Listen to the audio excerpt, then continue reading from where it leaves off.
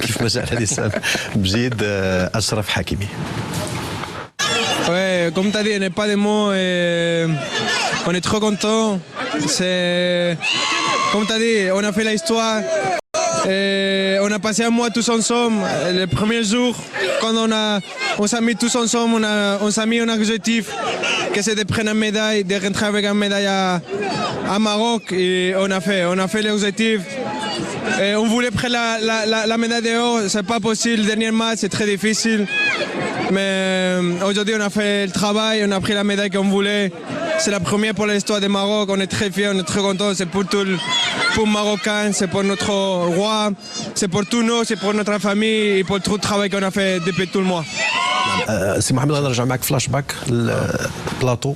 المباراة الأولى تحدثتي على لونجاجمون ديال أشرف حكيمي وكيفية إعطاء جهد كبير ودفعة معنوية كبيرة بزاف للاعبين، لاعب اللي أصدقاء ديالو كيقضيو العطلة ديالهم في انتظار انطلاق لا ليغ 1، انطلاق تشامبيونز ليغ، انطلاق مجموعة من التظاهرات الكبرى، يؤدي اداء بسخاء وجهد بدني كبيرين. وهنا اللي كتسمى تضحيات علاش؟ لانه كما قلت هذيك الوقت وكنعاودها الان انه ما يحتاجش انه يجي الاستفاده الماليه، لانه الحمد لله قضى سنين وما شاء الله يزيد في خير الجميع، لكن ايضا على المستوى انه غادي ينزل، لانه مهما كان كتظل الالعاب الاولمبيه ماشي هي كاس العالم.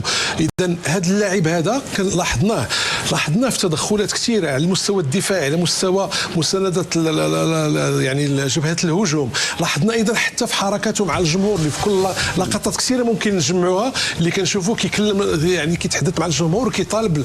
لكن غنعطيك انا النقطه اللي اثرت فيا بواحد الشكل كبير اللي صعيب عليا ننساها.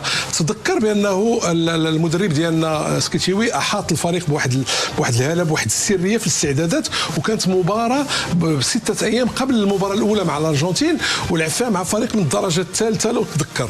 نعم. فزنا بهدفين لواحد، وكل الاخبار قالت بانه لعب كظهير ايسر ولعبها وخلى الواحد ظهير ايمن. بعدك لما جينا لعبنا مع الارجنتين، تصور انت اسمك الحكيمي، يعني حكيمي، وغادي تمشي عند المدرب غتقول له رانا حكيمي، رانا البي اس جي، رانا دورتموند، رانا ريال مدريد، كيفاش غتلعبني في مركز انا غنجي باش نساعد مجموعه وغنكون ظهير يسار؟ غادي يكون نوع من التمرد، من المفروض يعني حتى ولو تكون عقليه كاع نقولوا عقليه طيبه فغادي يحتاج. لا، هو لعب هذاك المباراه وكل شيء قال بانه لعب ظهير، فهذا شيء يحسب له. ان اللي زاد في التقدير ديالي هي هذه الامور، انك تنزل في واحد المستوى من كاس العالم او من المنتخب الاول الى المنتخب الاولمبي وتبقى بهذا الحماس وتلعب الدور كما هو مطلوب منك بواحد الحب وواحد يعني برافو.